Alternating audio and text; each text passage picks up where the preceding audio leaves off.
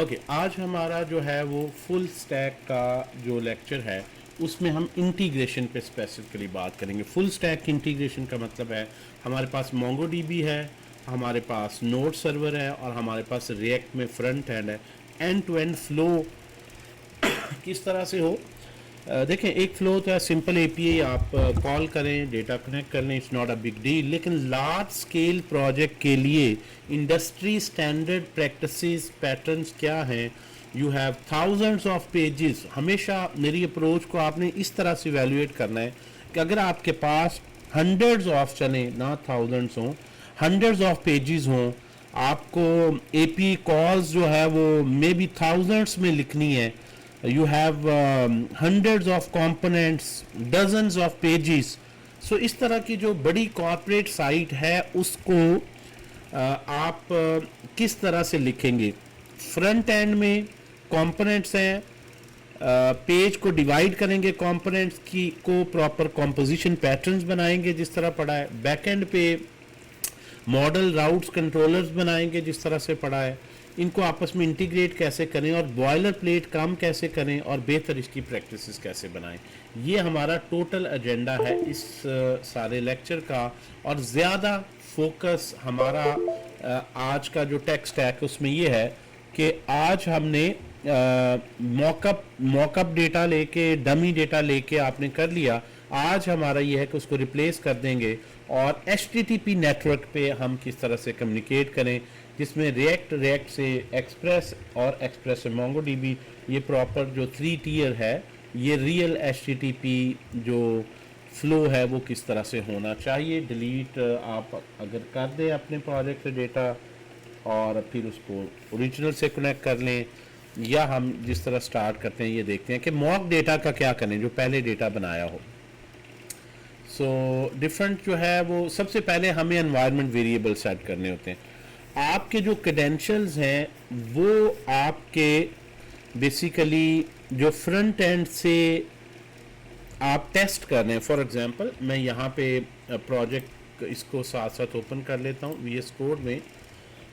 मैंने जो स्ट्रक्चर बनाया यहाँ से आप देख सकते हैं कि फ्रंट एंड और बैक एंड का अलग अलग फोल्डर है। फ्रंट एंड में वही वीट का रिएक्ट का प्रोजेक्ट पड़ा है, बैक एंड पे हमारे पास नोड का प्रोजेक्ट पड़ा है। इस फ्रंट एंड और बैक एंड की जो इंटीग्रेशन है इस पे हम बात करते हैं और हम ये देखते हैं कि इसका पैटर्न किस तरह बनाएंगे। तो एक प्रोजेक्ट में मैंने ये दोनों फोल्डर हैं। सबसे पहले रिकॉर्ड हो रहा है जी, रिकॉर्डिंग ये चल रही है, रिकॉर्डिंग की बड़ी फिक्र होती है आप लोगों को, रिकॉर्डिंग चल रही। फ्रंट एंड पे आ जाए तो फ्रंट एंड पे हमने एनवायरनमेंट में जो एक वेरिएबल है जो हमने सेट करना है और वो है बैकएंड सर्वर का आईपी एड्रेस, उसका जो भी यूआरएल है, और अगर लोकल है तो उसका लोकल होस्ट और 3000। मैं अज्यूम कर रहा हूँ कि बैकएंड मेरा 3000 पोर्ट पे चल रहा है। जब यहाँ पे आएंगे तो आप देखेंगे उसमें हमने ये पोर्ट सेट की हुई है। और ये जो एनवायरनमेंट वेरिएबल का नाम है ये ख़ास तरीके से ऐसे ही क्यों रखा गया है? देखें, आप इसका नाम कुछ भी रख सकते हैं, API URL, backend URL, server URL, लेकिन एक चीज़ का ख्याल रखना है, वीट के सेटअप में जो भी वेरिएबल आपने आगे कोड में फ्रंट एंड में एसआरसी में एक्सेस करना है वो ज़रूरी है कि उसका नाम वीट अंडरस्कोर से शुरू हो। आगे यही कन्वेंशन चलाएं, अंडरस्कोर की सारे लेटर कैपिटल रखें, कोई इसमें इस तरह से वेरिएबल की तरह स्पेस वगैरह नहीं देते, और लास्ट पे भी स्लैश इस तरह नहीं आती।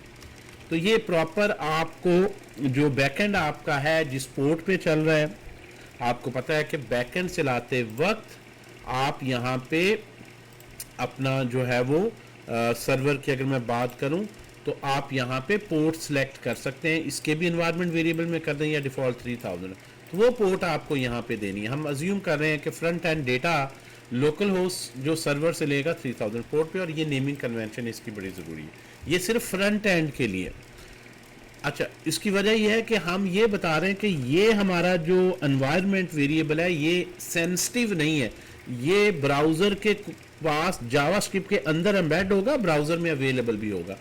ऐसे वेरिएबल्स जो आप नहीं एक्सपोज करना चाहते ब्राउज़र को, वो एक्सीडेंटली एक्सपोज ना हो जाए, इसलिए वीट ने आपको ये तरीका दिया है कि आप ये एक्सप्लिसिटली लिखें वीट अंडरस्कोर, पता चले उसे कि ये वेरिएबल आगे मैंने एक्सेस जो है उसको होने देना है, कोड में जाएगा, कोई इशू नहीं, हमारा पब्लिक यूआरएल। अच्छा, अब इसको प्रोजेक्ट को मैं बैक एंड को पहले क्लोज करता हूँ। फ्रंट एंड का स्ट्रक्चर क्या होगा? देखें, सबसे जो चैलेंजिंग टास्क है ना, आर्किटेक्चर बनाना है, लेड आर्किटेक्चर। मैं इसको जो है वो रन करने से पहले थोड़ा सा आर्किटेक्चर पे डिस्कशन करता हूँ, ठीक है जी।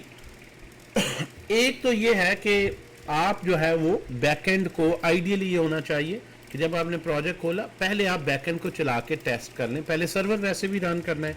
मैं कंसोल पे आता हूँ और मैं यहाँ पे जो है वो इससे भी पहले मैं उसका यूआई ओपन कर लेता हूँ। कंपस का यूआई, अगर आप मोंगोडीबी में काम कर रहे हैं, ये यूआई टूल बड़ा आपके लिए हेल्पफुल है। आप इसमें जो है लोकल होस्ट ये कनेक्ट कर लें। अगर मैं यहाँ पे एडिट भी करूँ तो ये डिफ़ॉल्ट वही कनेक्शन स्ट्रिंग है जो आपने दी है। इसमें जो है वो मोंगोडीबी कॉलन लोकल होस्ट 271। अगर आप इंस्टॉल करते हैं, खुद कोई पंगा नहीं लेते, पोर्ट वगैरह कस्टमाइज़ नहीं करते, तो बाय डिफ़ॉल्ट ये इसी सेटिंग पे ही इंस्टॉल होती है। तो मैं इसको ऐसे ही लॉक रहने देता हूँ और कनेक्ट कर दें, सेव एंड कनेक्ट कर दें ताकि यहाँ पे शो हो जाए। आप कनेक्ट पे क्लिक करें तो ये कनेक्ट। अगर आपका कोई इशू आ रहा है तो आप यहाँ पे आके देख सकते हैं। राइट क्लिक करें, टास्क मैनेजर में आए, यहाँ पे सर्विसेज में you have to ensure M press कर लें, मोंगोडीबी नेम वाइज सॉर्ट करके ज़रा आ जाएँ। तो यहाँ पे मोंगोडीबी की सर्विसेज, नॉट स्टार्टअप सर्विसेज में, क्योंकि बैकग्राउंड सर्विस है, इसकी कोई यूआई नहीं होती, ठीक है। यानी जो ही सिस्टम रन होता है ये भी रन हो जाता है। अगर मैं एम प्रेस करूं, एम वाले सेक्शन में आ जाऊं, तो ये मोंगोडीबी की सर्विस है। ये इसका स्टेटस है यहाँ पे जो ये बता रहा है कि ये रनिंग है सर्विस। इसका मतलब कोई सामने ऐसा यूआई नहीं है। तो यूआई देखना हो तो उसके लिए अलग से ये एडमिन पैनल है। कंपस बड़ा पॉपुलर है और थर्ड पार्टी भी आप ले सकते हैं। तो यहाँ पे वो आपको उससे कनेक्ट हो जाए, वो सर्वर चल रहा हो, और जो डेटाबेस है वो आपको जितनी भी उस पर बनी हुई है, एक ही मोंगोडीबी के इंस्टेंस पे मल्टीपल डेटाबेस बना सकते हैं, वो सारी आपको नजर आनी। ये तीन वो खुद ही बना देता है, एडमिन कॉन्फ़िगर लोकल। ये जिस तरह मैंने बैरी फूड की बनाई, अगर मैं इसको डिलीट भी कर दूं देखें तो ये खुद से दोबारा रिक्रिएट हो जाएगी और डेटा पॉपुलेट हो जाएगा। सो मैं आता हूँ यहाँ पे और मैं बैकएंड में एनवायरनमेंट वेरिएबल्स को पहले डिस्कस कर लेता हूँ। एनवायरनमेंट वेरिएबल्स में सबसे पहले तो आपने ये कमांड पोर्ट आप सेलेक्ट कर लें, 3000 है जिस तरह, और ये कमांड मैं CMD पे चला के एक सीक्रेट की बना लेता हूँ। मैंने रन किया, ये मैंने यहाँ से कॉपी कर ली। ये क्रिप्टोग्राफी की एक लाइब्रेरी इन लाइन ही, आपको लहरा सॉफ्टवेयर बनाने की जरूरत नहीं, ऑनलाइन भी बहुत है। आप वहाँ से एक बटन क्लिक करें, वो भी पीछे ऐसा ही चलाता है कि ये क्रिप्टो को इंपोर्ट करके रैंडमली कुछ 32 बाइट्स की एक स्ट्रिंग हेक्साडेसिमल दे देता है। तो ये एक स्ट्रॉन्ग की है जो गैस नहीं हो सकती। JWT सीक्रेट दे दें, JWT पे लेक्चर मैं दे चुका हूँ, ये आपने देख लेना है। एक्सपायरी टाइम दे दें 15 मिनट, ये भी हम इस पे लेक्चर कर चुके हैं। एनवायरनमेंट बहरहाल आप डेवलपमेंट प्रोडक्शन सेट कर सकते हैं, ठीक है जी। जब ये डेवलपमेंट में कुछ सेटिंग और कर सकते हैं, प्रोडक्शन में और कर सकते हैं। अच्छा, जो ये सर्वर है, क्या मेरे सर्वर से कोई भी बंदा रिक्वेस्ट भेज सकता है? नहीं, मैं स्पेसिफाई करना चाहता हूं तो उसके लिए क्लाइंट ओरिजिन दे दिया। यहाँ पे जब आपकी साइट आ जाएगी लाइक www.nexusberry.com, सिर्फ इस साइट से ही मैं चाहता हूँ कि मैं यहाँ पे जब नेक्ससबेरी की साइट खोलूँ और कोई भी बंदा आए ये कोर्सेज पे, तो ये कोर्सेज जो है वो कोई भी अपनी वेबसाइट पे ना लगा सके। किसी और से अगर ट्रैफिक आए, रिक्वेस्ट आए इस डोमेन से के अलावा, nexusberry.com के अलावा, तो आपने, मैं सर्वर को कह रहा हूँ, तुमने कोई रिस्पांस नहीं देना। बेशक सर्वर रिक्वेस्ट सही है, सब कुछ सही। तो यहाँ पे क्लाइंट ओरिजिन के रिक्वेस्ट का ओरिजिन क्या, कहाँ से रिक्वेस्ट आएगी? तो हम क्योंकि रिएक्ट में फ्रंट एंड पढ़ रहे हैं, रिएक्ट में हमें पता है बाय डिफॉल्ट जब वीट का प्रोजेक्ट चलता है 5173 पे है। कभी लोकल होस्ट लिख सकते हैं, या वो लोकल होस्ट का जो एक्चुअल आईपी है 127.0.1, ये भी लोकल होस्ट को ही आईपी रिप्रेजेंट करता है। तो मैंने कॉमा सेपरेटेड ओरिजिन दे दिए। बस का तो आपके एक से ज़्यादा फ्रंट एंड होते हैं। आपका एडमिन पैनल अलहदा डोमेन पे, सब डोमेन पे होस्ट किया हुआ है, ब्लॉग अलहदा किया हुआ है। जितने भी आपके अपने कंपनी के वो सोर्सेज कोई एआई का टूल अलहदा होस्ट किया हुआ है, सारा एक में भी कर सकते हैं, तो वो आप यहाँ पे कॉमा सेपरेटेड सारे ओपन कर दें, ताकि इन्हीं को सिर्फ एंड में डैश नहीं आना चाहिए। वो आप जब कॉपी करते हैं ना, तो अनफॉर्चुनेटली यहाँ पे जब मैं लिखता हूँ नेक्सस बेरी को और मैं यहाँ पे कॉपी करता हूँ, तो जो है ना वो नीचे ये देखें एंड वाला डैश आ जाता है, इसको रिमूव कर देना। पाथ क्लीन होना चाहिए, ठीक है ना, path should be clean. Cross origin client कर दिया, ये आगे कोड में सारे रजिस्टर होंगे, ये रेफर होंगे कोड में सारी चीज़ें। मोंगो डीबी का हार्ड कोड ना यूआरएल करें, यहाँ पे कर दें, ताकि जब मैं ऑनलाइन करूँ या एटलस का करूँ तो यही चेंज करके देख लूँ, मुझे कोड में कोई चेंज ना करना पड़े। तो टेस्टिंग की डीबी और बना सकते हैं। अगर आप सॉफ्टवेयर इंजीनियरिंग की बड़ी आइडियल प्रैक्टिसेस पे जाते हैं तो आप कहें यार प्रोडक्ट मैं मोंगो डीबी पे 2 डेटाबेसेस बना लेता हूँ, एक जिस पे लाइव चल रहा होगा, अगर मैंने कोई पंगा करना है तो लाइव में ना चेंज आए, कोई क्रैश कर जाए, तो मैं एक टेस्ट डेटाबेस बना लेता हूँ। तो जब यहाँ से कर सकते हैं, डेवलपमेंट मोड है तो वो टेस्ट पे सारा ऐड डिलीट खुल के मैं करूँ, डिलीट करना है अपडेट करना है कर रहा हूँ, जब हो जाए सही तो मैं प्रोडक्शन मोड है तो वो हमेशा इससे लेता है। तो you normally developers work with more than 1 databases for a single project. Development और इसको बोलते हैं प्रोडक्शन। यहाँ पे वो है जो फाइनल चीज़ है। बात कर लाइव प्रोजेक्ट जब चल रहा है तो डेवलपमेंट तो फिर भी साथ साथ नई फीचर ऐड करते रहते हैं, तो डायरेक्ट उसको नहीं छेड़ना। ये आ गया। अब ये यहाँ पे आपके पास आपका यूआरएल क्या है, आपका अपना सर्वर का, वो आपने लिख दिया, ये यहाँ पे आ गया। तो ये हमारे पास ENV की सेटिंग है जी। यहाँ तक बताते जाएं जी, क्लियर है? ये हर एनवायरनमेंट वेरिएबल का पर्पस, शॉर्ट बात रखें, बहुत बड़ा प्रोजेक्ट है, 1 घंटा मुझे लगना है एक्सप्लेन करने में जी।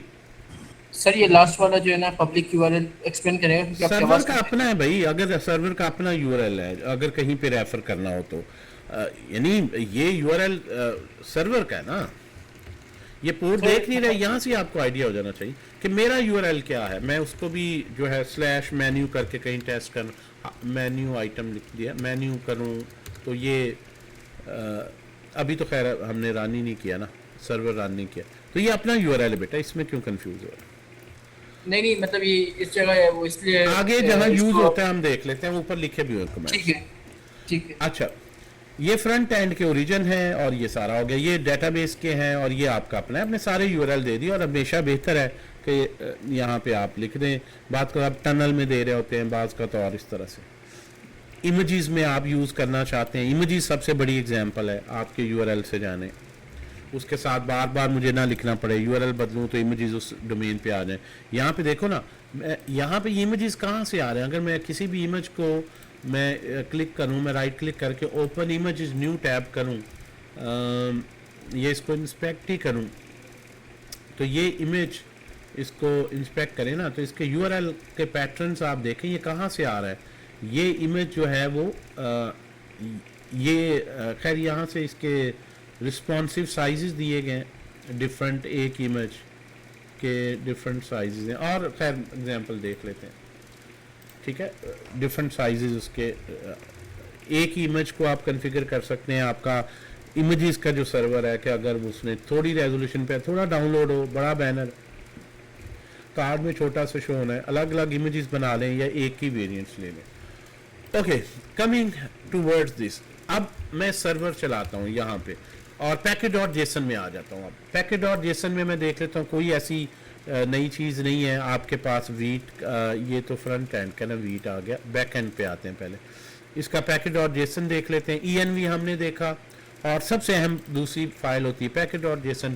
स्टार्ट करने की कमांड क्या है? सीड, एक ना स्क्रिप्ट बना लें, सीड उसे कहते हैं फाइल को, जो कि आपकी जो टेस्टिंग डेटाबेस है ना उसमें डमी डेटा ऐड कर दे, तमाम कलेक्शंस में कुछ कैटेगरीज हार्ड कोडेड कर दे। अगर मैं इसको डिलीट भी करूं तो फिर मैं कुछ सैंपल डेटा डालूं तो टेस्ट करूं ना, तो वो मैं यहाँ पे उसको भी प्रोग्रामेटिकली कर लेता हूँ। ये आप देख लीजिएगा, ये डायरेक्ट जावास्क्रिप्ट की कमांड है जो कि यहाँ से कनेक्ट होगा। इसकी पहली क्यूरी आप देखें, ये लेक्चर्स बड़े अच्छे यहाँ पे एक्सप्लेन किए गए हैं नेक्सस बेरी की यूट्यूब चैनल पे। ये डायरेक्ट CLI से कैसे आपने करना है, ये अल्लाह रखा साहब हैं, दूसरे ट्रेनर हैं, उन्होंने बहुत ही अच्छे ये एक्सप्लेन किए हुए हैं। मोंगोडीबी पे डायरेक्ट आप सीड इनको पढ़ के बना सकते हैं। तो सीडिंग वगैरह की गई है जिसमें डायरेक्ट वहाँ पे डेटा फेंका गया है फंक्शंस में, ठीक है जी। सो ओके, अब आ जाए कमांड्स। सीड रीसेट करेंगे, सारा वो डिलीट हो गए फिर फ्रेश हो जाए। अब ये डिपेंडेंसीज हैं, ये हमने जो लेक्चर पढ़ा था बीक्रिप्ट वगैरह उसमें मैंने बात कर दी थी। Course cross origin resource sharing, ये लाइब्रेरी को बस ये यूआरएल देने हैं कि इसको ओपन कर दो, ये हम यूज़ करेंगे। .env, ये सारे एनवायरनमेंट वेरिएबल फ्रंट एंड पे ना खुद ही लोड हो जाते हैं। वो वीट का सेटअप ऐसा है, आपको कुछ इंस्टॉल नहीं करना, वो डायरेक्टली ये रीड कर लेता है सारे process .env। Back and server नहीं कर सकता, सर्वर के लिए फिर एक लाइब्रेरी है .env, तो ये नाम इसी तरह रखा है, ये उसको लोड कर देती है और इसके थ्रू आप ये एनवायरनमेंट वेरिएबल्स सर्वर पे लोड कर सकते हैं। एक्सप्रेस ये मेन है, मन स्टैक में MongoDB, नोड एक्सप्रेस, ये तो फ्रेमवर्क है मेन। हेलमेट जो है वो आपके कुछ सिक्योरिटी, जैसा क्यों डालते हैं हेलमेट बाइक पे सिक्योरिटी के लिए, ठीक है, वो फीचर्स कुछ हैं और वो सिक्योरिटी यही है कि इस ओरिजिन से ना हो एंड सो ऑन सारी। जेसन वेब टोकन, ये साथ इसके यूज़ होगा, इस पर मेरा 1.5 घंटे का लेक्चर आपके पास LMS में ऑलरेडी है। मोंगोस MongoDB के साथ है, ये भी है। मॉर्गन ये लॉग प्रिंट करता जाएगा जो भी रिक्वेस्ट आ रही है उसकी डिटेल। और जॉड स्कीमा वैलिडेशन पे, फ्रंट एंड पे भी यूज़ कर सकते हैं, बैक एंड पे लिए। अगर आप टेस्टिंग की कोई QA को जानते हैं, खुद ऑटोमेटेड टेस्ट लिखना चाहते हैं या यही से लिखवाएं, तो ये टेस्ट के फोल्डर में जो टेस्ट है इनको रन वगैरह करने के लिए सुपर टेस्ट की लाइब्रेरी है, जो कि सारे एक तो है ना, मैं खुद चेक करूं यहाँ पे एक एक मैं रन कर लूँ, एक एक मैं लिख के देखूँ यूआरएल सही डेटा आ रहा है, पोस्टमैन से डिलीट करके सारे करड करके। एक ये है कि मैं इसके ऑटोमेटेड टेस्ट लिखवा लूँ और ये टेस्ट के फोल्डर में वो हर एक पे जो है डिलीट करके देखता है, डिलीट करूँ तो अब ये इक्वल हो जाना चाहिए। आप होपफुली आप इसको पढ़ेंगे तो ये हैबिट बनवाएं AI से, एंटी ग्रेविटी से, क्लाउड कोड से काम कर रहे हैं, उसे भी खुद भी पता चले उसका कोड से, उसका इसके टेस्ट लिखो ऑटोमेटेड और सारे टेस्ट पास होने चाहिए। इसको कहते हैं बुलियन, पास या फेल, ये कंडीशन जिस तरह ये बता रहा है। एक एग्जांपल है, बड़ा इंग्लिश लाइक ये है, आपको कोड देख के भी आपने नहीं भी कभी टेस्ट किया तो यहाँ पे जिस तरह वो कह रहा है जी मेरा राउट सही बना है, मेन्यू पे सर्च वाला, तो वो कह रहा है जी एक राउट लिखा /मेन्यू, खुद उसने डमी डाल दिया सर्च, और यहाँ से एक्सपेक्ट करता है 200 स्टेटस आएगा और बॉडी में एम्प्टी होगी कि ऐसी कोई प्रोडक्ट नहीं पड़ी। और अगर मैं कैटेगरीज को गेट करूं तो 200 आना चाहिए और ये कैटेगरीज हार्ड कोडेड मेरे पास जो है वो उनमें शामिल होनी चाहिए, मुझे पता है ये मैंने हार्ड कोडेड ऐड की, तो वो सीड सारा ऐड करता है, हर राउट पे हिट करके वो देखता है कि आउटपुट क्या आई है, इससे मैच करता है। अगर मैच हो जाए तो इसको कहते हैं असर्शन डीप इक्वल, कि इक्वल यानी ये टेस्ट पास हो गया, वरना टेस्ट फेल हुआ, और एंड में आपको रिपोर्ट दिखा देता है।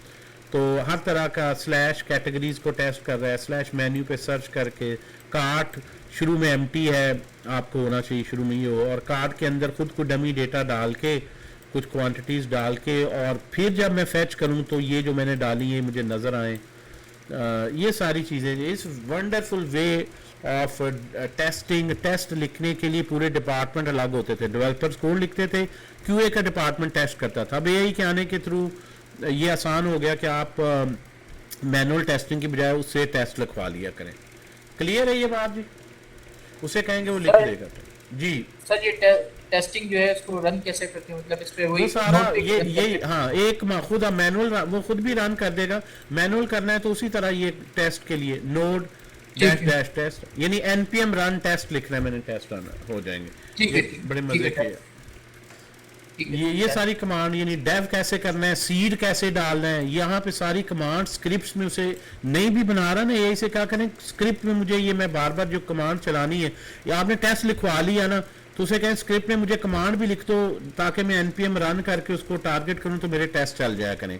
मेरी सीड की फाइल डमी डेटा की बना दी, मुझे कमांड इधर बना दो कि मैं npm और उस कमांड का नाम लिखूं रन, तो वो सीड हो जाया करे। सीड को डिलीट करना है तो उसकी बना दो, तो बड़ी लंबी चौड़ी इसकी कमांड होती है। अगर मैं यहाँ से आपको दिखाऊं, एक सेकेंड सर, गिटहब पे, और ये तो बल्कि है, चलें टाइम लगेगा, मैं नेक्सस के दिखाऊं तो यहाँ पे कुछ 50 कमांड्स हैं माइग्रेशन की, फला फला फला। मतलब मेरी आदत में ना आप नोट्स ना लिखते रहें, आप बना दें। AI भी जब कोड पढ़ रहा है उसे पता है टेस्ट मैंने कैसे करना है, एक सेशन में उसने चला लिया, अगली दफ़ा वो यहीं से देख लेगा अच्छा टेस्ट इसमें कॉन्फ़िगर्ड है, सारा इजी हो जाएगा सेटअप। एआई को भी साथ साथ मैं आपको टिप्स बता रहा हूं कि कैसे आप यूज़ करें बेहतर। अच्छा जी, अब आ जाए यहाँ पे, ये आ गई ENV की बात। अब ये कोड रन करते हैं, रन करने के लिए हम लिखते हैं npm run dev, और ये हमने package.json को एक्सप्लोर किया और मैंने ये लिखा जी npm run। ओके, मैं उस फोल्डर में आऊँगा क्योंकि एक ही फोल्डर में मेरा फ्रंट एंड भी है, बैक एंड भी है। Command prompt by default root folder पे ओपन होता है, फुल स्टैक 1 पे, इस फोल्डर पे, तो इसके अंदर तो कुछ भी रन नहीं। बैक एंड में जाऊँगा, बैक एंड के लिए फ्रंट एंड में जाऊँगा, रूट फोल्डर में मैं cd बैक एंड करता हूँ, फोल्डर चेंज करता हूँ cls। अब मैं लिखता हूँ दोबारा वही कमांड npm run dev। तो अब यहाँ पे मेरा पीछे सर्वर चल रहा होना चाहिए, मैं यहाँ भी टेस्ट कर लूँगा, लोकल होस्ट से कनेक्ट में हो सकता हूँ। अगर मैं कंपस से नहीं कनेक्ट हो रहा तो ऐप मेरी कैसे होगी, तो वो इशू पहले रिजॉल्व कर लें। अब ये फ्लो किस तरह से चला है, कहाँ से इसने स्टार्ट किया, मैं इसको बिल्कुल यहाँ से पकड़ा करें, इधर से, टर्मिनल से नहीं, इधर से, और फिर ये ड्रैग होता है, इसको शुरू में ले आता हूँ।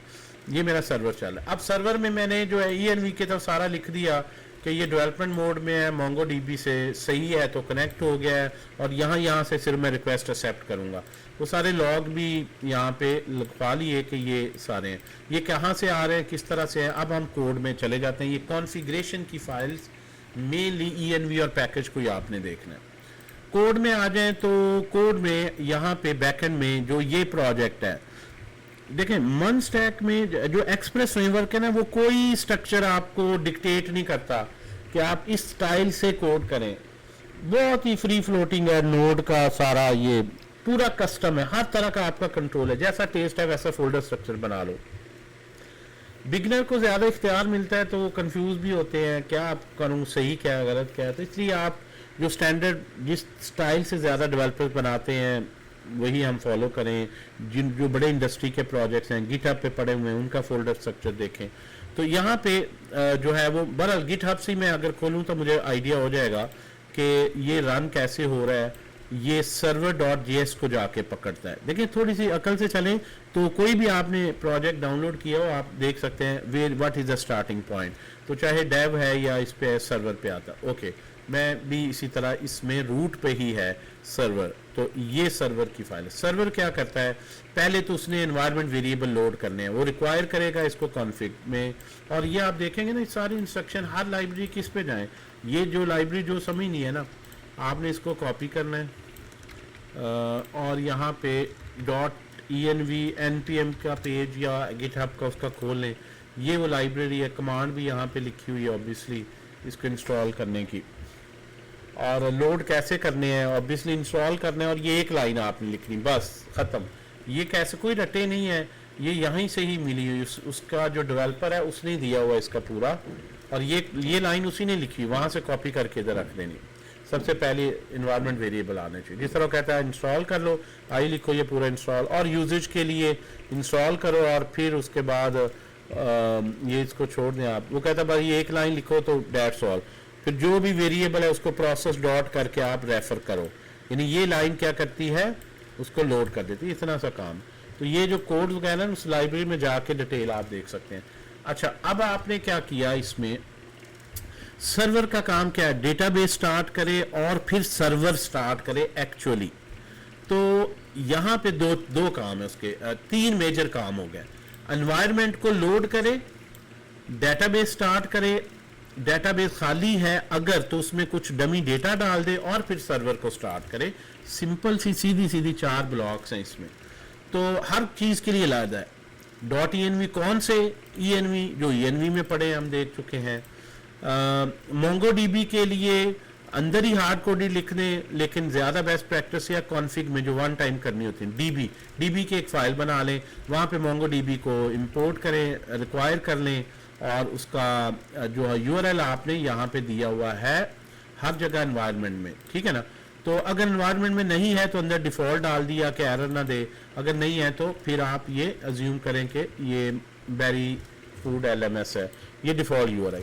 तो URI जो है ना कनेक्ट में बस यही देना है कि जो भी URI है ले लो, नहीं तो डिफ़ॉल्ट ले लो, और यहाँ पे एक ही फंक्शन है ये जो इंस्टॉल करते हैं mongodb.connect। ये URI बाकी ऑप्शन है कितना, अगर एरर आए तो 5000 मिली सेकेंड, यानी 5 सेकंड फिर रीट्राई करो, फिर एरर आए तो फिर एरर करना। और जब ये डिस्कनेक्ट हो तो बस ये जो है वो उस पर कोई अगर आप और मज़ीद कस्टमाइजेशन करना चाहें तो यहाँ पे एक्सटर्नली मुझे ये DB कनेक्ट DB का फंक्शन कॉल करना है ताकि ये एक्चुअल DB कनेक्ट की एसिंक्रोनस कॉल हो सके और वहाँ से URI रिटर्न हो जाएगा, जो कि मैं देखना भी चाहूँ कि मैं किससे कनेक्ट हुआ हूँ, तो वो भी यहाँ से ये रिटर्न कर देता है।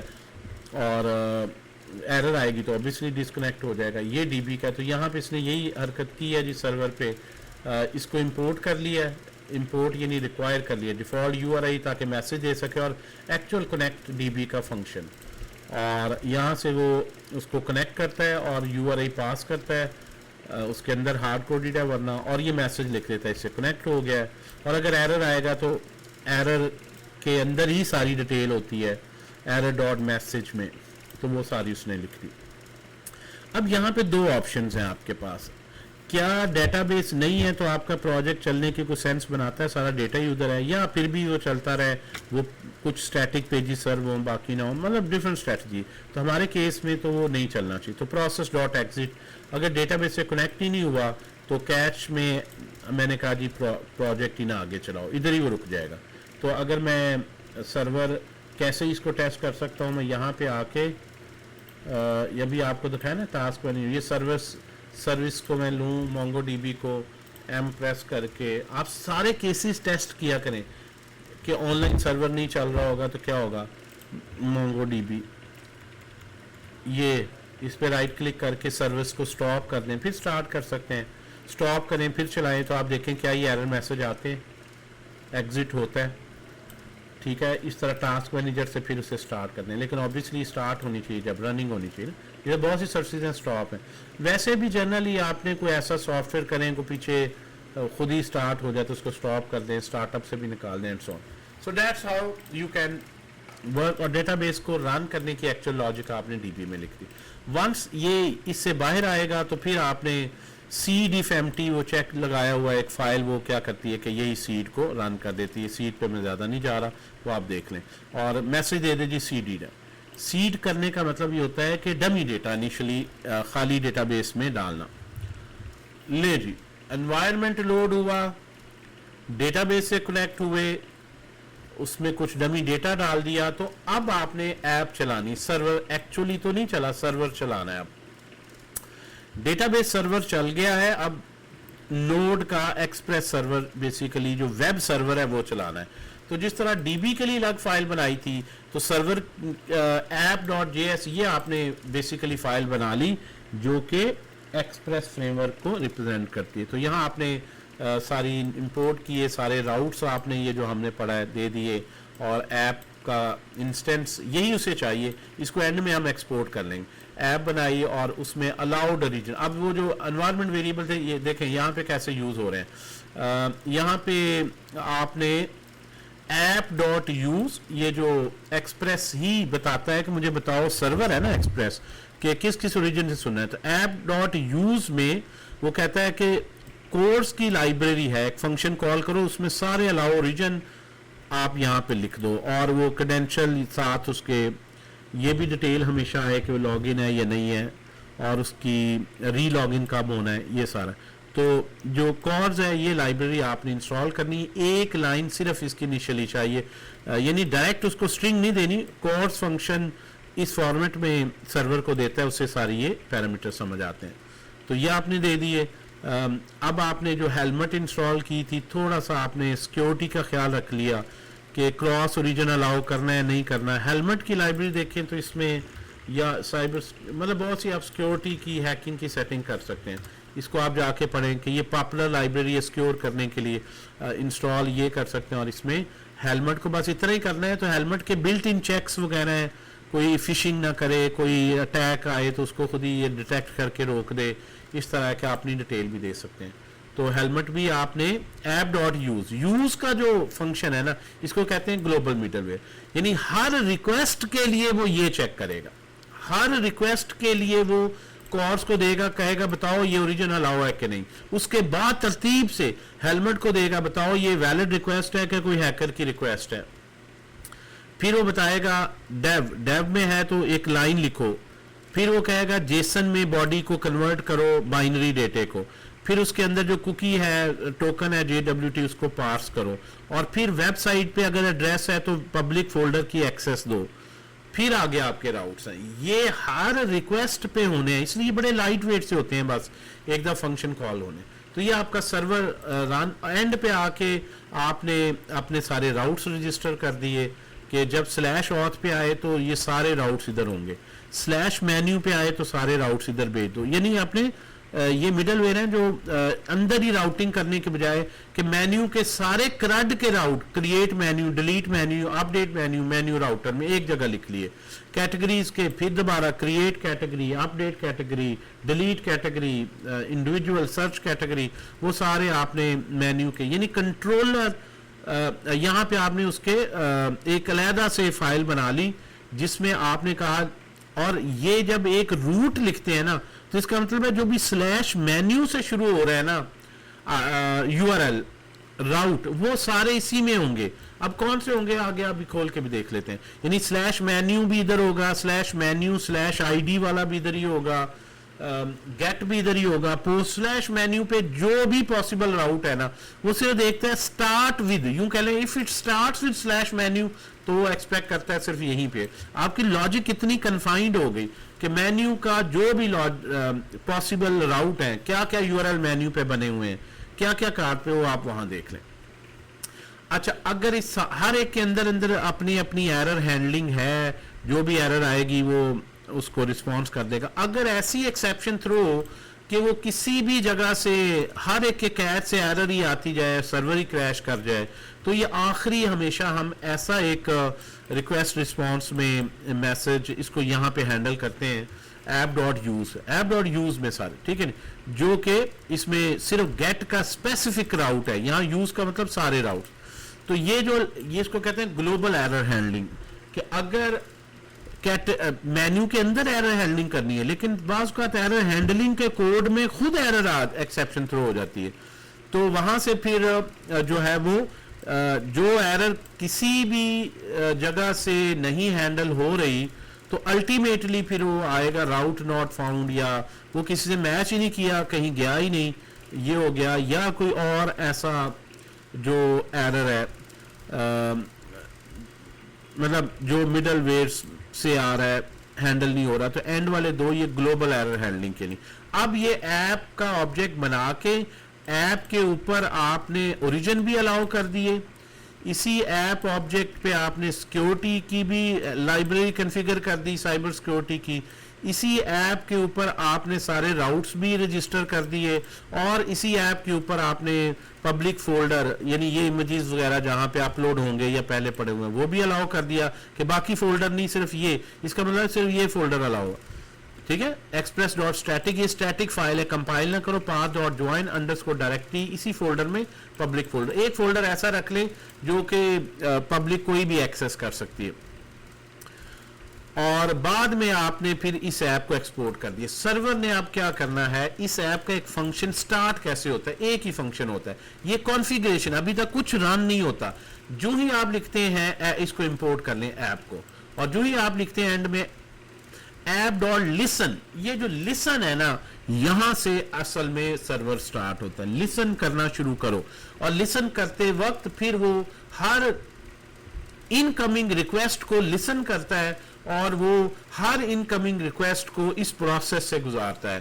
पहले ओरिजिन चेक होगा, सिक्योरिटी चेक होगी, उसका लॉग प्रिंट होगा, उसकी बॉडी का प्रॉपर फॉर्मेट बनेगा, अगर वो पब्लिक से है तो उसको जाने दिया जाएगा, वरना डायरेक्ट कोई और फोल्डर का URL है ब्लॉक कर देगा, जिस राउट पे है वहां से चला जाएगा, और वहीं से आगे रिस्पॉन्स आ जाएगा। सब जगह रिस्पॉन्स नहीं आया तो इधर से आ जाएगा। तो that's how the server basically, अब आपने ये स्टार्ट का फंक्शन बना दिया और इसको कॉल कर लिया, ना भी बनाए स्क्रिप्ट भी लिख सकते हैं, लेकिन बहरहाल आपने ये इसको एक फंक्शन में प्रॉपर अप्रोच से दे दी।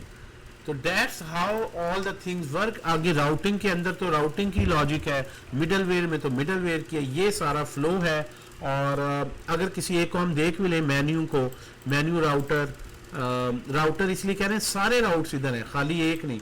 मेन्यू राउटर में कौन कौन से, इसको भी फर्दर सब डिवाइड कर दिया, लिस्ट का अलहदा कर दिया, क्रिएट का अलहदा कर दिया, डिलीट का अलहदा कर दें।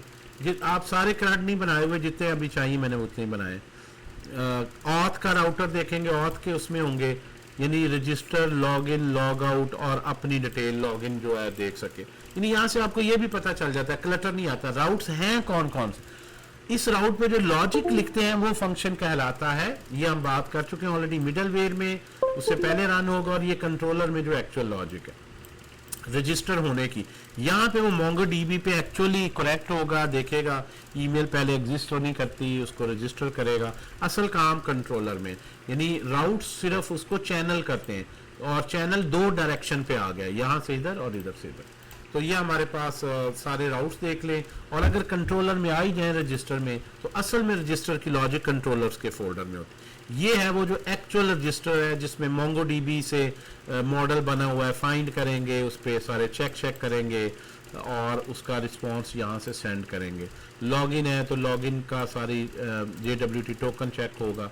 तो ये जो कंट्रोलर है ना, सारी स्टोरी चलती चलती कंट्रोलर में आनी, यानी यहाँ से सर्वर चलेगा, सर्वर जो है वो अपने जो राउट्स हैं उनसे मैच होगा, उस राउट में फिर सब राउट मैच होगा, यानी दो लेवल की मैचिंग आ जाती है कि ठीक है ऑथ के अगर सारे ही इधर आने हैं, जो भी स्लैश ऑथ के, तो यहाँ से देखेगा आपने ऑर्गेनाइज कर लिया राउट्स को भी, और फिर जो एक्चुअल उस पर सर्व करता है उसको कंट्रोलर, यानी राउट्स में हम क्या करते हैं, सारे फंक्शन बना के एक हर एक के साथ एक्सपोर्ट लिखते जाते हैं ना, तो एक ही वहाँ पे इंपोर्ट में सारे ये आपके पास यानी यहाँ पे आप कंट्रोलर लिखते हैं ना, तो कंट्रोलर डॉट करके ये आप जितने भी एक्सपोर्ट्स हैं, controller dot register, controller dot this, यानी इस फाइल को, ये जो फाइल है ना ये वाली, इसको अगर मैं इंपोर्ट करूंगा और उसको एक नाम दे दूंगा, तो इसके सारे एक्सपोर्ट्स इस नेम स्पेस में आ जाएंगे।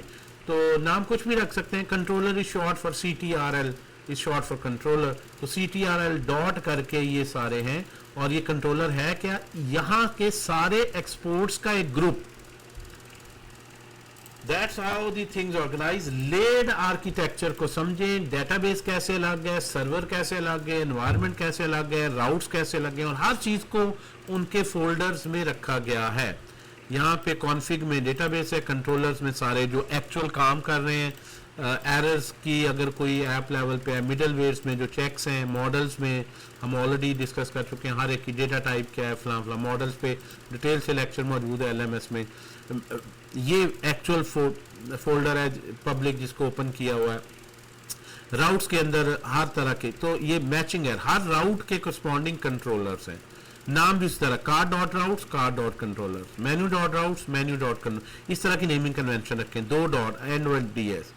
और यहाँ से आ जाए, इसके बाद और क्या है जी, और इसमें मेरा ख्याल कुछ नहीं, यहाँ तक बताएं जी, क्लियर है। इसको आप अच्छे तरीके से देखेंगे। मैं कंट्रोलर्स और उसमें आपका अगर मैं LMS देखूं तो LMS के अंदर आपके ये डिटेल मौजूद है, जो असल यानी जिसमें एक्चुअल जावास्क्रिप्ट है, क्रिएट, डिलीट, अपडेट, वो कंट्रोलर में है, और वो सारी यहाँ पे आपके LMS में आ जाए ट्यूटोरियल्स में। और यहाँ पे अगर आप देखें तो यही चीज़ यहाँ पे मैंने करवाई है। MongoDB के जो CRUD ऑपरेशन है, ये सारे आपने डायरेक्ट मॉडल में लिखने, यहाँ पे है कि वो लॉगिन ऑथ के राउट्स को देख लें, यहाँ पे अगर सीड वगैरह बनाना है क्या है, और ये जो ऑनलाइन है चैनल की प्लेलिस्ट यहाँ पे भी मौजूद है। यहाँ पे मैंने कनेक्ट करके भी दिखाया था पहले में ही, तो ये राउट्स पे है, ये ज़्यादा डेटाबेस के साथ CRUD है, ये लॉगिन पे है, और आज का ये फुल स्टैक में आता है। ये हमारा जो सर्वर है, अगर हम इसको रन करें, सर्वर ये अब रन हो रहा है, तो अब आप यहाँ पे टेस्ट कर सकते। अच्छा, अब मैं अभी फ्रंट एंड को नेक्स्ट डिस्कस करूँगा। आप पहले मैं चाहता हूँ कि इसको एक्सप्लोर करें अच्छे तरीके से। अच्छा, अब फ्रंट एंड का मैं एक और बनाता हूँ। यहाँ पहले बताएं सर्वर क्लियर, अब मैं बैक एंड फ्रंट एंड पे एक्सप्लेन करूँ जी। सर ये आपने app.js में जो आपने स्टेप बाय स्टेप जो मिडिलवेयर लगाए थे, तो ये हर मिडिलवेयर की जो आपने फॉर्मेट बनाया हुआ है ना एक के बाद एक, तो ये है या आगे पीछे भी कर सकते हैं, मतलब जैसे ये एक्सप्रेस डॉट तरतीब से जेसन रन होते हैं, तर आगे पीछे आप कर सकते हैं, तरतीब से रन होंगे, लेकिन लाइक उस आपके यानी इसमें कोई रूल नहीं है, लेकिन आप कॉमन सेंस से है कि यार मैं पहले तो ये चेक कर लूं मैंने इसे रिस्पॉन्स भेजना भी है कि नहीं।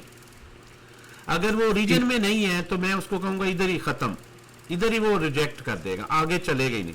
अगर ये हो गया है, पता चल गया रिस्पॉन्स भेजना है, फिर देखो मेरा कोई टोकन शोकन तो नहीं हैक हुआ हुआ, फिर ये ठीक है, ये भी नहीं हुआ हुआ तो फिर आगे चले। अगर वो है ही स्टैटिक फोल्डर, इमेज डाउनलोड करने की है तो उसको सीधा भेज दो, इधर जाएगा ही नहीं। हाँ, अब अगर वो आता है राउट तो फिर राउट मैच होगा, इस तरह से। तो लॉजिकल है, अच्छा लेकिन तरतीब जैसे मर्जी कर सकते हैं। अच्छा सर, अगर ये जो है मैं मतलब कंट्रोलर के अंदर ही ट्राई कैच वाला अगर प्रोसेस कर रहा हूँ, तो हाँ, कैच के अंदर जो एरर है वो कस्टम एरर नहीं है, वहीं पर ही कर रहा हूँ, तो फिर ये ग्लोबल एरर देना है मेरे को या वो अलग तो से फाइल इसलिए में कि करना कैच के अंदर जो आप कोड लिखते हैं ना, कैच है? के अंदर जो आप कोड लिखते हैं वो कोड भी तो खुद भी तो एरर कर सकता है। ये थोड़ा मुश्किल ये होते हैं ऑथ के राउट। ये आप देखें, मैं ट्राई के मैं कह दूं अगर ये है तो ये थ्रो हो एरर, अगर ये लाइन ऐसी एरर कर दे आपके ब्लॉक में जाएगा ही नहीं तो फिर आपका सर्वर शट डाउन नहीं होगा। वो हर एरर अल्टीमेटली वो यहाँ पे सर्वर में आके पकड़ी जाएगी जो कहीं से भी नहीं पकड़ी जा रही। फिर यहाँ पे सर्वर को ये नहीं पता एरर क्या है, लेकिन उसे पता है कि कहीं से भी ये एरर नहीं हैंडल हुई तो अल्टीमेटली ये ऐप ने कहा कि ये यहाँ से एरर आ जाएगी। तो इस तरह का, तो ये आप थोड़ा सा सर इसको मतलब ये जो थ्रो न्यू एरर जो है उसके थ्रू अगर हम कर रहे हैं तो फिर ये ग्लोबल में जाएगा? नहीं नहीं नहीं नहीं नहीं, हाँ ये उसको थ्रो कर रहे हैं, यस वो तो हम एक्सप्लिसिटली हाँ भेज रहे हैं ना।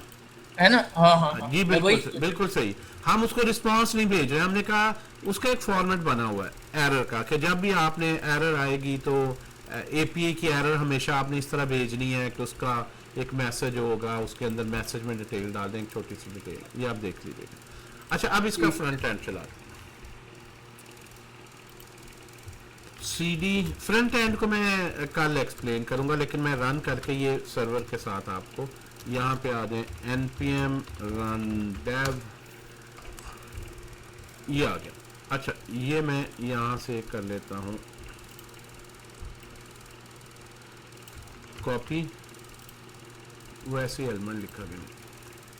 अच्छा, अब मैं यहाँ पे मेरे पास पहले जो है वो यहाँ पे ले आना, इसको पहले सर्वर चल रहा हो इस पोर्ट पे और फ्रंट एंड पे सिर्फ मैंने उस सर्वर का env दिया और ये मैंने वहां पे सर्वर का env दिया है, और जो इसका ये वाला URL है वो मैंने उससे वहां पे वाइट लिस्ट करवाया हुआ है, क्रॉस ओरिजिन में उसको मैंने एक्सेस दी। हर जगह सिक्योरिटी का खास ख्याल रखना है आपने। अच्छा, अब मैं यहाँ पे आ गया कस्टम सर्वर में। हैकिंग शैकिंग जब साइट पॉपुलर होना शुरू होती, सबसे पहले तो ये मेरा पहले तो 3000 देख लेते हैं। ये सर्वर चल रहा है, सर्वर में जारी बात है स्लैश पे होम पेज नहीं होता सर्वर का, तो सर्वर में अक्सर ट्रिक ये करते हैं, एक रूट बना लेते होते हैं, राउट सॉरी हेल्थ का। हेल्थ का मतलब वो स्पेल हेल्थ का कि सिर्फ वो बता दे कि जिंदा है कि नहीं। जिन्होंने नेटवर्किंग पढ़ी है, पिंग की कमांड होती है, पिंग लिख के भाई ये देख लूँ चल रहा है कि नहीं। तो एक ऐसा राउट आमतौर पर टेस्टिंग के लिए ना, इसमें हम एक छोटा सा बना देते हैं, उसको कोई इतना लंबा चौड़ा उस पर लिखने की जरूरत नहीं होती। लेकिन मैं आपको दिखा देता हूँ ऐप में, जिस तरह ये एक राउट बना हुआ है ना, ये कि बस अगर स्लैश हेल्थ आए तो ओके कर दो, हमें ये तो पता है सर्वर चल रहा है, तो बाकी आगे मैच। तो इसको कहते हैं हेल्थ चेक करना सर्वर की। ये बाज का तो आप क्रॉन जॉब लगा दें, व्हाट्सएप पे मुझे अलर्ट आता रहे हर घंटे बाद, कभी भी मेरा सर्वर ऑफ है मुझे पता चल जाए वो ये सर्वर शट डाउन हो गया, एरर है तो वो क्रैश कर। मतलब समटाइम्स आपको कोई वे आउट चाहिए कि मैं खुद ना देखूं, अलर्ट्स जनरेट करवा लें, पीरियोडिकली चलाते रहें, ये आगे एडवांस टेक्निक्स है। लेकिन यस, हेल्थ का एक राउट बेसिक होना चाहिए। अब आ जाए ये हमारा चल रहा है यहाँ पे, देखिए मैंने हेल्थ किया तो ये लाइन प्रिंट हो गया कि स्लैश हेल्थ किसी ने किया है, पहले स्पेलिंग गलत लिखे थे। ये जो सारी लाइनें हैं ना, ये आपकी जो लाइब्रेरी ना ये बड़ी मजे की है, इसको बोलते हैं मॉर्गन। ये डेव का मतलब मॉर्गन में चेक कर लीजिएगा, डिटेल देखनी है, यहाँ की वर्ड है इसके, डिटेल लिखने में डिटेल देगा, शॉर्ट देगा। ये मॉर्गन की लाइब्रेरी बस इंस्टॉल करनी है और ऐप के यूज में कर देनी कि हर रिक्वेस्ट को पकड़ो और डेवलपर के लिए एक लाइन लिख दो यहाँ पे। तो हर एक कहाँ से आई, क्या स्टेटस है, कितनी देर में ये रन हुआ और कितनी बाइट्स इसने सेंड की, ये एक फॉर्मेट सा बना हुआ है। अच्छा दूसरा, अब आ जाते हैं फ्रंट एंड में। फ्रंट एंड पे अच्छा यहाँ पे देखें, आपका ये जो बेरी फूड LMS के लिए हमने ऐप बनाई है, इसके अंदर मेन्यू आइटम्स देखें तो एक दो मेन्यू आइटम्स हैं। इमेजेस के देखें URL मैंने पूरे नहीं रखे हुए, सिर्फ स्लैश इमेजेस और ये रखे हुए हैं, क्योंकि मैंने यहाँ पे आप पूछ रहे थे ये खास तौर पर क्वेश्चन कि ये क्यों इस ENV की क्या जरूरत है। हर एक के साथ बार बार ये नहीं लगाना, ये चेंज भी हो जाएगा। तो आप इसके आगे वाला पाथ नोट कर लेते हैं, फिर डेटाबेस में शॉर्ट भी हो जाता है और सर्वर चेंज भी करे तो आपको ये चेंज नहीं करना पड़ता। तो आप अगर पब्लिक में जिस तरह आपने रखे हैं, don't save your full URL, ये इस तरह से सेव हुए और ये सर्वर के पब्लिक फोल्डर में। तो ये इस तरह से 6 ये हो गया। कार्ट में कोई डमी है, कोई आइटम नहीं है, यस। ऑर्डर अभी ऑर्डर नहीं है कोई, यूज़र एक यूज़र डमी बना हुआ।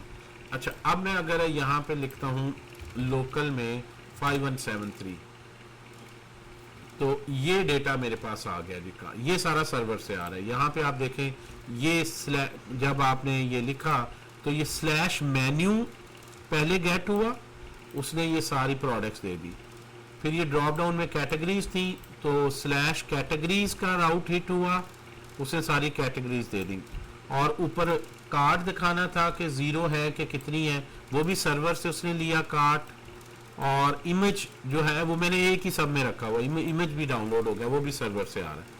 ठीक है जी, तो ये सारा डेटा सर्वर से आ गया आपके पास। मॉर्गन बड़ी अच्छी लाइब्रेरी, आप लिखेंगे ना यहाँ पे मॉर्गन NPM, तो ये लाइब्रेरी आपको लॉग बड़ा अच्छा लोकल पे दिखा रही होती है, आपकी सही एरर शेयर कोई है तो ये सारा बताता है। मॉर्गन इंस्टॉल कर लें, टाइनी लिखे, मैं छोटी लाइन बता दूंगा, मेथड URL स्टेटस बता दिया करूंगा। इमीडिएट लिखें, स्किप लिख दें, लॉन्ग लिखना है, कंबाइंड डेव लिखें तो इस तरह का पैटर्न मैं प्रिंट करूंगा। शॉर्ट करें तो ज़रा और डिटेल में है कि किस ओरिजिन से रिक्वेस्ट आई है, ये भी बताऊंगा। ये हर एक को आप अब एक्सप्लोर करें आगे। अच्छा अब ये 6 प्रोडक्ट्स थी यहाँ पे, ये 6 उसने 1 2 3 4 5 6, यस ये 6 आ गई। आप इसको किसी को ऐड टू कार्ड करें, जो ही मैंने एक कार्ड में ऐड की, कार्ड लोकली भी मेंटेन हो रहा है और कार्ड जो है ना यहाँ पे सर्वर पे भी मेंटेन होगा। ठीक है ना, जब आप कार्ड को आगे लेके चलें, इसको रिफ्रेश करें तो ये कार्ड यहाँ भी मेंटेन होगा। वो बता रहा है कि अरे में जो है ये उसने डमी खैर था सीड शायद, एनी हो, किसी को पंगा लेने की जरूरत नहीं। ये एक प्रोडक्ट आ गई जिसमें उसने लिख लिया कि ये आइटम है, ID और ये इसकी क्वांटिटी है। आप यहाँ पे ज़्यादा कर सकते हैं, 3 कर दिए, इसको 1 कर दिए, इसको 2 कर दिए, 3 2 5 6 आइटम्स हैं, ओवरऑल 3 आ गई।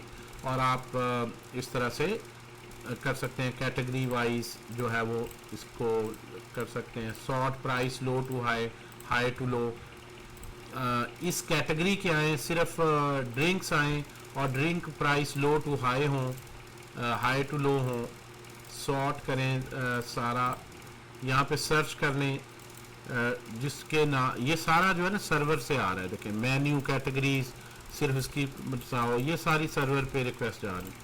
आप तीनों इकट्ठा कर सकते हैं, कोई नाम देख लें, जिस तरह बॉल का नाम 2 दफ़ा आ रहा है, बॉल BOWL सर्वर साइड ये सर्च चल रही है, सर्वर के पास जाती है और वो ये सारी रिक्वेस्ट भेजता है। इन्हीं को आप सॉर्ट कर लें, इन्हीं को आप ड्रिंक्स कर लें। तो आप ड्रिंक्स की कैटेगरी में सिर्फ सर्च करना चाहते हैं, आप टोस्ट में सर्च करना चाहते हैं, बॉल्स में करना चाहते हैं, ऑल में करना चाहते हैं, तो सर्च, फिल्टर, सॉर्ट, ये सारा इस पे चल रहा है। या आप इसके डिफ़ॉल्ट कर दें तो ये हर चीज़ के लिए सर्वर का लॉग आप देखते रहें। मॉर्गन को बड़ा काम। अच्छा ये हो गया, तो मेन्यू में आ जाए, ये कार्ड पे जाइए। कार्ड ने यहाँ पे आप देखिए यहाँ पे रिक्वेस्ट नहीं आई। कार्ड को फास्ट करने के लिए कार्ड की एक कैशे कॉपी फ्रंट एंड पे भी रखी हुई है। वो एक रिडक्स स्टोर है, जिस तरह जेस्टेंट स्टोर है, ग्लोबल स्टोर को यूज होता है कि बार बार सर्वर पे रिक्वेस्ट ना जाए, ये आ गया। हाँ, जब आप करें तो लोकल कैशे भी अपडेट होगी और यहाँ से भी होगी, ठीक है। कार्ड दोनों जगह फिर सिंक रखना है। आप प्लेस, ये आ गई 2 और एक प्लेस ऑर्डर करें, मैं नाम लिखता हूँ मोहम्मद अजमल, दिस जो भी पेमेंट मेथड है, सबमिट करें। अब ये ऑर्डर प्लेस हुआ जी। अब यहाँ पे आए और यहाँ पे ये कार्ड आपका बता रहा है कि कौन, अब कार्ड एम्प्टी फिर कर देना, आपने डिटेल रखनी, कार्ड एम्प्टी कर देना। ऑर्डर्स में आए, अब ये यहाँ पे ऑर्डर आ गया, लाइंस या आइटम, ये ऑब्जेक्ट क्वांटिटी 1 थी, इतनी थी, टोटल ये बन रहा है, ये सारा आ गया। ये यूज़र्स हैं, ये ऑर्डर्स हैं, ये मेन्यू आइटम्स हैं, ये जो कार्ड बनते जा रहे हैं। जो कार्ड नहीं, लोग कार्ड में ऐड करें लेकिन वो उसको सबमिट ना करें, कार्ड का आईडी रख दिया, ऐसे ऑर्फन अबंडेंट कार्ड, इस पे बहुत ही मार्केटिंग डिजिटल होती है। एक बंदा आता है ऐड टू कार्ड करता है लेकिन ऑर्डर का आखिरी स्टेप नहीं पूरा करता, उसको प्रमोशन भेजें। ये सारे यहाँ से आप चेक्स वगैरह लगा के एनालिटिक्स निकाल सकते हैं। तो दोबारा कार्ड क्लियर कर दिया और फिर दोबारा शुरू में आ गया। इसी को मैंने सेम यही वाला आर्किटेक्चर जो है वो यहाँ से लिया है, ये सेम, ये दोनों का कोड एग्जैक्टली सेम है। मैं अगर करूँ बेरी फूड, दूसरा जो है इसका यूआई अलग है, बस सेम कोड है, यहाँ पे और यूआई है, ये कोड का सेम यूआई है। इसका भी मैं आपको दिखाऊंगा यूआई, चेहरा इसके ऊपर ये लगा लें आप, अगर आपको ये अच्छा लगता है। कैटेगरीज यहाँ भी वही आ रही हैं, यहाँ भी उसी तरह आ रही हैं। ऐड टू कार्ड इस तरह का लगा लें, फ्लाइंग कस्टमाइज करके ऑप्शन लगा लें कि ये जाए, यही वाली सेम लॉजिक है, यहाँ भी वही है। ये सिंप्लिसिटी रखी कि यूआई को इतना नहीं, हमने आर्किटेक्चर पे फोकस रखना है, लेकिन ये सेम इसी का मैंने कॉपी किया है, डिज़ाइन ज़रा सिंपल कर दिया है ताकि इतनी लंबी सीएसएस को समझते असल चीज़ ही बीच में गुम ना हो जाए। ठीक है जी, दोनों पे सेम चल रहा है। क्लियर? यस सर जी, ये हमारा फुल स्टैक इंटीग्रेशन का, ये आप फ्रंट एंड आपने पढ़ना है और उस पर कल जो है ना वो डिस्कशन करें। अब ये कोड आप लोगों के पास मैंने पहुंचाना है एलएमएस में। अब मैं इसको ना एक टाइम मिलता है तो बना देता हूँ। कहाँ पे बना दें हम ना, असाइनमेंट जो है ना उसके साथ बना देते हैं, आई गेस कि यहाँ पे एक बनाते हैं, तो जो जिसमें असाइनमेंट है कोई लाइक जिस तरह ये है, मेरे ख्याल असाइनमेंट के साथ जो, या प्रोजेक्ट का अलहदा से नहीं बनाते, असाइनमेंट के साथ ही यहाँ पे डाउनलोड का बना देते हैं कि इसका सोल्यूशन हमने दिया है, अगर डाउनलोडेबल फाइल है तो ये जिप में मैं फ्रंट एंड बैक एंड दोनों रख के आपसे शेयर कर दूँगा। यस सर, क्या ख्याल? यस सर, शेयर कर दीजिए। यहाँ से आपके लिए मुश्किल होगा, वैसे यहाँ भी मैंने डाला हुआ कोड, खुद से आपने स्टेप बाई स्टेप करना है, थोड़ा थोड़ा चलाते जाएं, करते जाएं। बट इसको मैंने थोड़ा सा इम्प्रूव किया, मैंने ना यहाँ से इसका सेम आर्किटेक्चर उठाया जो हमने यहाँ पे रखा हुआ, जो हमारी इंडस्ट्री प्रोडक्ट है, और उसी को हम यहाँ पे लेकिन यूआई बहुत, इसका यूआई की ही इसकी 4000 लाइंस ऑफ कोड हो जाएगा, मैसेज असल में मिस हो जाएगा जो करना चाह रहे हैं। तो यूआई आप HTML CSS टेलविंड में जितना मर्जी खूबसूरत बना लें, होर इफेक्ट लगा लें, यहाँ पे सिंपल रखा गया ताकि आप देखेंगे इकट्ठा सर्च पे। यहाँ पे ये चीज़ें नहीं है, सर्च की नहीं है, इनकी साइट पे भी नहीं, इनका छोटा सा मेन्यू होता है। लेकिन अगर आप ई कॉमर्स की बना रहे हैं, गारमेंट्स की बना रहे हैं, कोई इलेक्ट्रॉनिक्स की बना रहे हैं, जिस तरह से जनरल मार्केट प्लेस बना रहे हैं, सर्च सॉर्ट वगैरह वहाँ बड़ी अहम होती है, इतनी ज़्यादा कैटेगरीज होती हैं। यहाँ थोड़ी सी कैटेगरी है, एक्सपेंडेड ही दे देते हैं रेस्टोरेंट्स में। तो ये मैंने कोशिश की है कि रेस्टोरेंट भी बन जाए और ई कॉमर्स का जर्नल भी बन जाए। थोड़ी सी ये चंद चीज़ें फिर यहाँ पे हमने एनहेंस की। क्लियर जी? इज इट इंटरेस्टिंग और नॉट? मुझे बताएं ज़रा, सही सही ज़रा दिल से बताना है, ऐसे ऊपर से नहीं छोड़नी। इंटरेस्टिंग के स्पेलिंग भी हम चलें, वट एवर। हाँ भाई, who found it interesting? Server का एक professional flow attached with your front end or एक proper end-to-end application. Here your MongoDB, here your server and everything. अच्छा जी, फ्रंट एंड पे रिएक्ट पे बड़े एडवांस पैटर्न यूज किए गए हैं, वो मैं कल एक्सप्लेन करता हूँ कि इसको कैसे हम सारा बना सकते हैं। और ये सारा बॉयलर प्लेट रिएक्ट पे बड़ा मैजिक किया हुआ है। ठीक है जी, सो कोड आप लोग गूगल क्लासरूम में हैं सारे?